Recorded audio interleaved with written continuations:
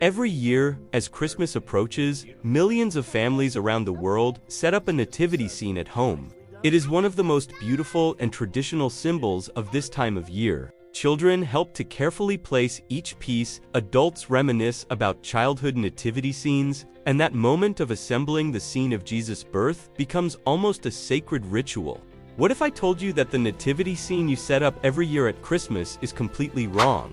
That there's an element present in practically every home, in every Christmas movie, in every church around the world, that simply didn't exist on the night Jesus was born. That's right, and today you're going to discover what that element is, and more.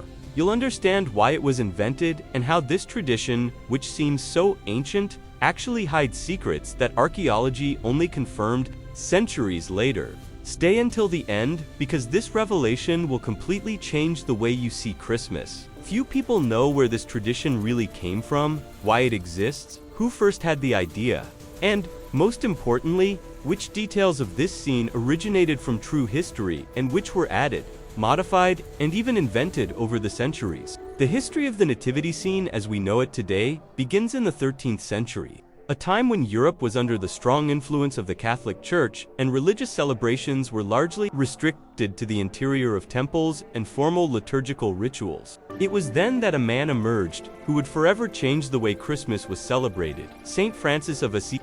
Francis was the son of a wealthy cloth merchant in Assisi, Italy, but he abandoned all wealth and comfort to live a life of radical poverty, preaching the gospel in a simple way, close to the people. He deeply believed that faith should not be something distant, celebrated only in Latin, inside sumptuous churches, but something that touched the hearts of ordinary people, that spoke directly to the soul of each one. And it was with this spirit that, in 1223, in the small village of Grezio, he had a revolutionary idea. That year, just a few days before Christmas, Francis asked Pope Honorius III for permission to create something never before seen: a living representation of the birth of Jesus. He wanted people not only to hear the story, but to see it, feel it, and experience it with all their senses. It wasn't made of wood, it wasn't made of plaster. It wasn't as decorated and organized as the nativity scenes we see today in our homes and churches. It was a real, visceral reenactment, full of life, people from the village itself, representing Mary and Joseph, real animals, an ox, a donkey straw scattered on the ground, and, as a backdrop, a small natural cave that served as shelter in the mountainous region. Saint Francis celebrated Mass there, in that humble and simple atmosphere, and it is said that the people were deeply moved. Many wept at the sight of such a palpable scene, so close to reality. Francis wanted everyone to experience the humility of that moment, to understand that God chose to be born not in a palace, not in a gilded cathedral, but in a forgotten place, among animals, in the most absolute poverty. And it was this powerful idea, this transformative experience, that spread like wildfire across Europe and then conquered the entire world. In the following centuries, the nativity scene underwent an incredible transformation. What began as a living reenactment gradually became an artistic representation. In Italy, especially in Naples, nativity scenes became true works of art, with figures sculpted in terracotta, wood, and even ivory, dressed in richly colored silk and brocade clothing.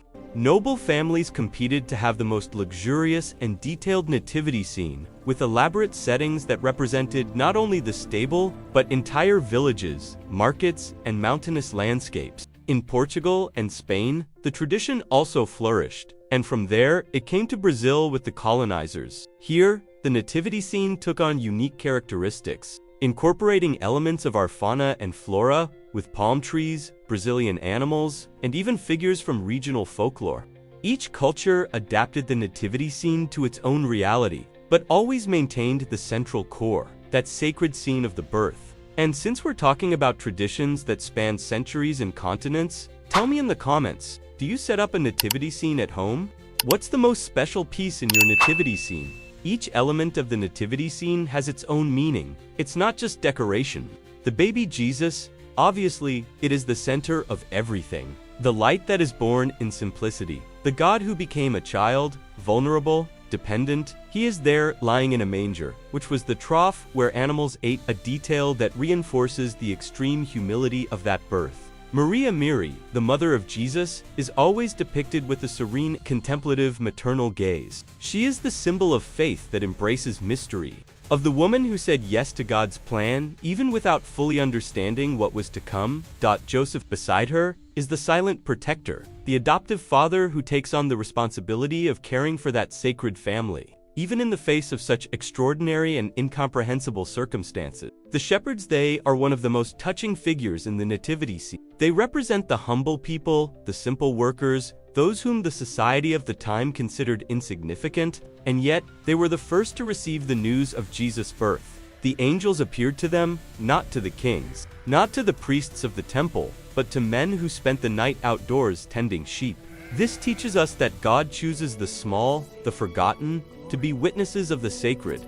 The angels, they, in turn, are the messengers of hope, those who announce the good news. And in the nativity scene, they usually appear above the scene, often holding a banner with the inscription, "Glory to God in the highest." The animals, the ox and the donkey, were incorporated into the nativity scene from the beginning, inspired by an ancient prophecy of Isaiah that said, "The ox knows its owner, and the donkey its master's manger."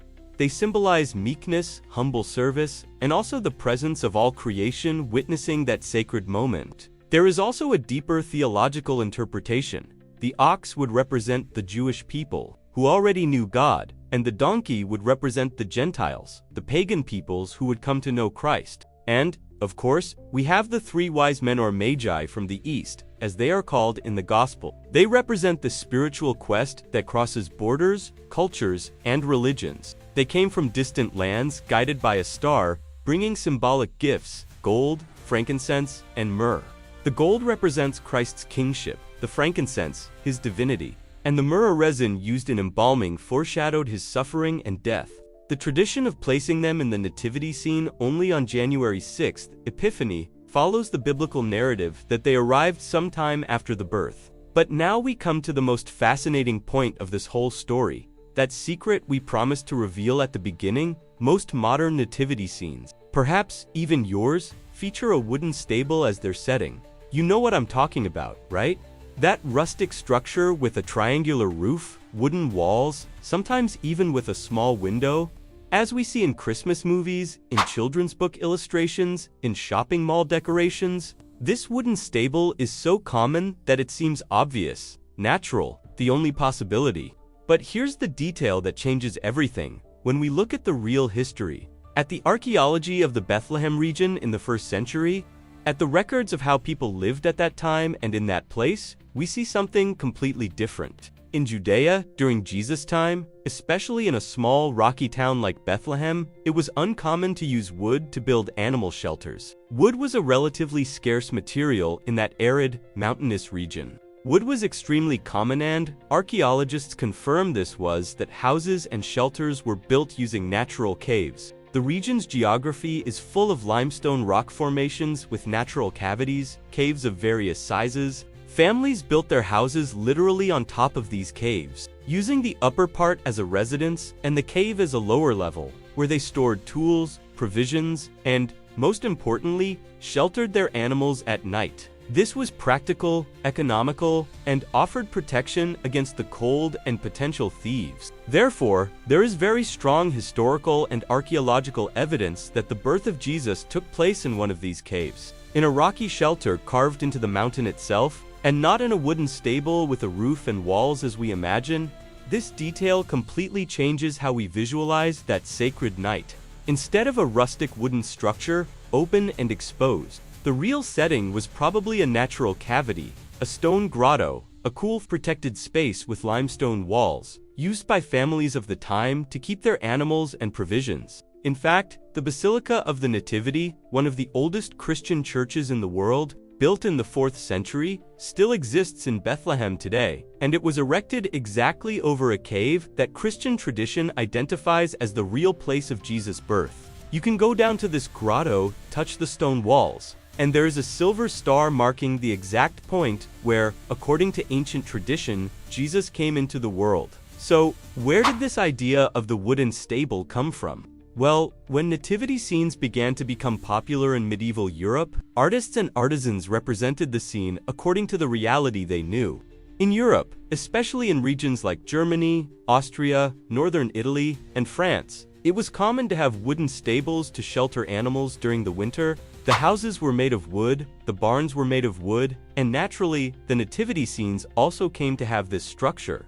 It was a completely understandable cultural adaptation. People represented the birth of Jesus within their own architectural reality, and this European version of the nativity scene, with the wooden stable, spread throughout the world through religious missions, colonization, illustrated books, and became the standard, universal image we know today. Many scholars of biblical history and archaeologists working in the Holy Land argue that, to be more faithful to historical truth, modern nativity scenes should replace the wooden stable with a representation of a grotto or cave. And, interestingly, some artisans and collectors more attentive to history have already begun to do exactly that. There are beautiful nativity scenes made with caves, with rocky environments, natural stones, or modeling clay imitating limestone formations, which reproduce with much greater precision what it would have been like that night. And there is something poetically beautiful in this as well. A cave is a womb of the earth, a space of retreat, of protection, of darkness that gives birth. Jesus being born in a cave carries an even deeper symbolism of death and rebirth. Since caves were also used as tombs, and Christ himself would be buried in a cave 3 decades later. Ultimately, the nativity scene is much more than a simple Christmas decoration. It is a living, tangible reminder that the extraordinary can happen in the simplest places, that light can emerge even in the humblest and most improbable conditions. When we assemble the nativity scene, we are not just following a beautiful tradition or making the house more festive. We are participating in an act of memory, of faith, of hope. We are retelling the most important story of Christianity, the one that divides the history of humanity into before and after. We are connecting with millions of people around the world who, at this very moment, are also placing their pieces, adjusting the star, positioning the 3 wise men, and now, with this new perspective, with this knowledge of the true story behind the scene, perhaps your nativity scene will gain an even more special and profound meaning. Perhaps this year or in the years to come, you will even decide to create or acquire a representation more faithful to the real history, replacing that traditional wooden stable with a beautiful stone grotto, honoring not only European artistic tradition, but also the archaeological and historical truth of the Holy Land. And if you've made it this far, thank you so much for watching another episode of Sacred Roots. Don't forget to subscribe to the channel, turn on notifications, leave a like, and share it with someone who loves Christmas, history, and faith.